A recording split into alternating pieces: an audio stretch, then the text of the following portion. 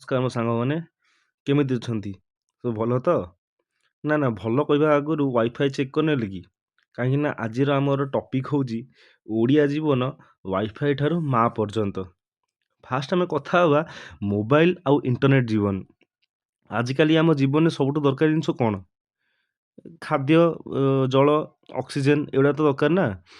କିନ୍ତୁ ଆଜିକାଲି ଜିନିଷରେ ଟାଇମ୍‌ରେ ଦରକାର ହେଉଛି ସବୁଠୁ ବେଷ୍ଟ କ'ଣ? Mobile data. ଡାଟା ସରିଗଲେ ଯେମିତି ଲାଗେ, ଏମିତି ଲାଇଫ୍‌ରେ ଆମେ ବଞ୍ଚୁଛୁ କ'ଣ ପାଇଁ? ଆଉ ଜୀବନର ଅର୍ଥ କ'ଣ ସେଇଟା ଆମକୁ ଜଣା ନାହିଁ।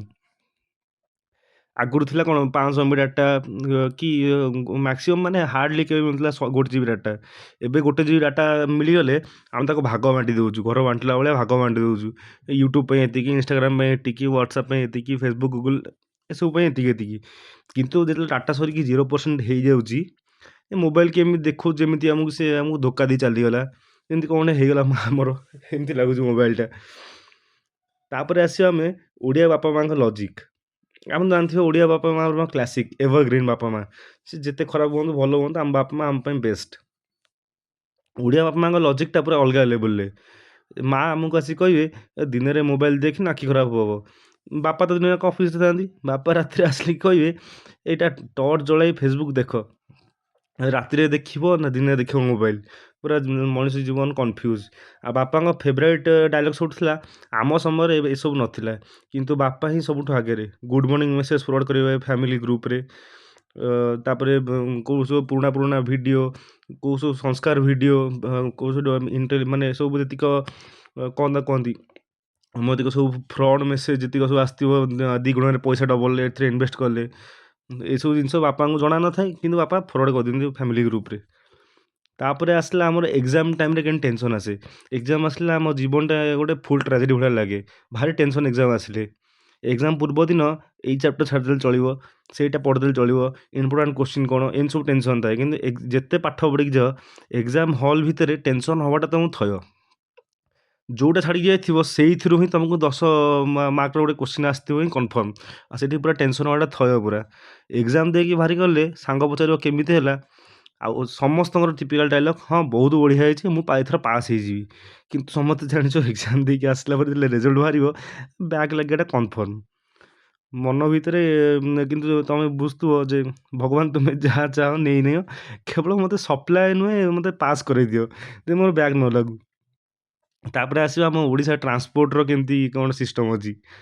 ମାନେ ଆମର ଓଡ଼ିଶା ଟ୍ରାନ୍ସପୋର୍ଟ ଜାଣିଥିବ ଆଜିକାଲି ଯେଉଁ ଆସିଲାଣି ମୋ ବସ୍ ହେରିକା, ଟାଉନ୍ ବସ୍, ମୋ ବସ୍, ଆଉ ତାପରେ ଆମର ଲକ୍ଷ୍ମୀ ବସ୍ ହଉ କି ଆମର OSRTC ହଉ, ଏସବୁ ଆମର ଓଡ଼ିଶାରେ ଚାଲିଛି।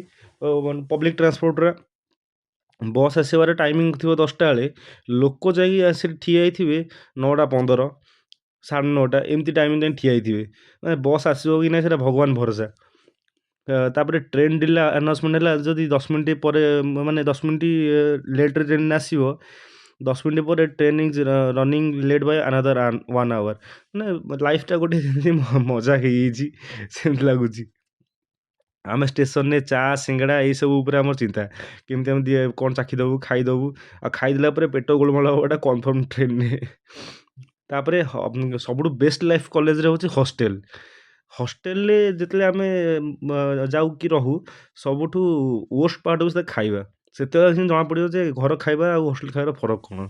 ଘରେ ମାଆ ପଚାରିବେ, ଆଉ ନବୁ, ଏଇଟା ଖାଇବୁ, ସେଇଟା ଖାଇଦେ, ଏଇଟା ଖାଇଦେ, ଏତିକିବେଳେ ଏଇଟା ଖା, ସେତେବେଳେ ସେଇଟା ଖା। ହଷ୍ଟେଲ୍‌ରେ କିଛି ସେମିତି ନାହିଁ। ହଷ୍ଟେଲ୍‌ରେ କେହି ତମ କଥା ବୁଝିବାକୁ ନାହିଁ। ଯୋଉ ପାଣିଆ ଡାଲି, ଯୋଉ ଟାଣ ରୁଟି, ଗୋଟିକିଆ ଚାଉଳ ଚାଉଳ ଭାତ, ଯୋଉ ଟେନସନ୍‌ରେ ଖାଇବା ସେ ମଣିଷ, ଭାରି କଷ୍ଟ। ହଷ୍ଟେଲ୍‌ରେ ଯେତିକି ଅଛି ସେତିକିରେ ଚଳିବାଟା କନଫର୍ମ। ଭାରି କଷ୍ଟ ସେ ଜୀବନ। ହଷ୍ଟେଲ୍ ଡାଲି ଦେଖିଲେ ଯେମିତି ମନେ ହୁଏ, ମାନେ କନଫ୍ୟୁଜ୍ ହେଇଯିବ ତମେ। ଏଇଟା ସୁପ୍ ନା ଡାଲି? ଏଇଟା ପୁରା କନଫ୍ୟୁଜ୍ ହେଇଯିବ। ଆଉ ସବୁଠୁ ବଢ଼ିଆ ହେଉଛି ଓଡ଼ିଆଙ୍କର ଫେଷ୍ଟିଭାଲ୍। ଆମ ଫେଷ୍ଟିଭାଲ୍‌ଟା ଯାକ କିନ୍ତୁ ଏଭରଗ୍ରୀନ୍। ପୁରା ମସ୍ତ ଫେଷ୍ଟିଭାଲ୍ ଆମର। ରଜ, ଦୁର୍ଗାପୂଜା, ଦିୱାଲି ଏସବୁ ଆସିଲା ମାନେ ଲାଗେ ଯେମିତି ପକେଟ୍ ପୁରା ଫାଙ୍କା ହେଇଗଲା। ପଇସା ପୁରା ସଡନ୍‌ଲି ଡିସାପିଅର୍ ହେଇଯାଏ ପୁରା। ଆଉ ଫେଷ୍ଟିଭାଲ୍ ପୂର୍ବରୁ ଆଗରୁ ଫେଷ୍ଟିଭାଲ୍ ଥିଲା କ'ଣ, ଏଇ ଜିନିଷ କିଣା ହେଉଥିଲା, ଏଇଟା କିଣା ହେଉଥିଲା, ସେଇଟା କିଣା ହେଉଥିଲା। କିନ୍ତୁ ଏବେ ଫେଷ୍ଟିଭାଲ୍ ସମୟରେ ଲୋକମାନେ ଚେକ୍ କରୁଛନ୍ତି EMI ଆଭେଲେବୁଲ୍ ଅଛି କି ନାହିଁ, UPI, ଫୋନ୍‌ପେ, ପେଟିଏମ୍ ଏଗୁଡ଼ା ସବୁ ଆକ୍ଟିଭ୍ ଅଛି କି ନାହିଁ, କାମ କରୁଛି କି ନାହିଁ, ଏଗୁଡ଼ା ଦେଖିଲା ପରେ ଲୋକ କିଣୁଛନ୍ତି। ଯାହା ବି କୁହ, ଗୋଟେ ସତ କଥା କହିବି, ଓଡ଼ିଆ ଜୀବନ ବହୁତ ସିମ୍ପଲ୍। ଆମେ ସର୍ଟେଡ୍ ଲାଇଫ୍ ଆମର। ଆମେ ଦହିବରାରେ କାମ ଚଳେଇଦେବୁ, ଗୁପଚୁପ୍‌ରେ କାମ ଚଳେଇଦେବୁ। ଆମର ଖାଇବାଟା ବଢ଼ିଆ। ମନ ଖୁସି ଖାଇବା ଆମର। ଆଉ ଓଡ଼ିଆ ଜୀବନଟା ସିନା ସିମ୍ପୁଲ୍ କିନ୍ତୁ କମେଡ଼ିରେ ଫୁଲ୍। ଆମ ଜୀବନଟା ପୁରା ଫନି। ଆମେ ଟେନସନ୍ ଫ୍ରି ହେଇକି ରିଲାକ୍ସ ହେଇକି ଯାଉ ପୁରା ଷ୍ଟ୍ରେସ୍ ଫ୍ରି ଲାଇଫ୍‌ରେ। ଆଉ ଯଦି ଆପଣଙ୍କୁ ଭଲ ଲାଗିଲା, ଏଇଟା ମୋ ଜୀବନ। ମୁଁ କହିଲି ଆପଣଙ୍କ ଏକ୍ସପିରିଏନ୍ସ କ'ଣ ଆପଣ କମେଣ୍ଟରେ ସେୟାର କରନ୍ତୁ। ଯଦି ଭଲ ଲାଗୁଛି ଲାଇକ୍ କରନ୍ତୁ। ଆଉ ସାଙ୍ଗମାନଙ୍କୁ ସେୟାର କରନ୍ତୁ ଆଉ। ଧନ୍ୟବାଦ। ଜୟ ଜଗନ୍ନାଥ।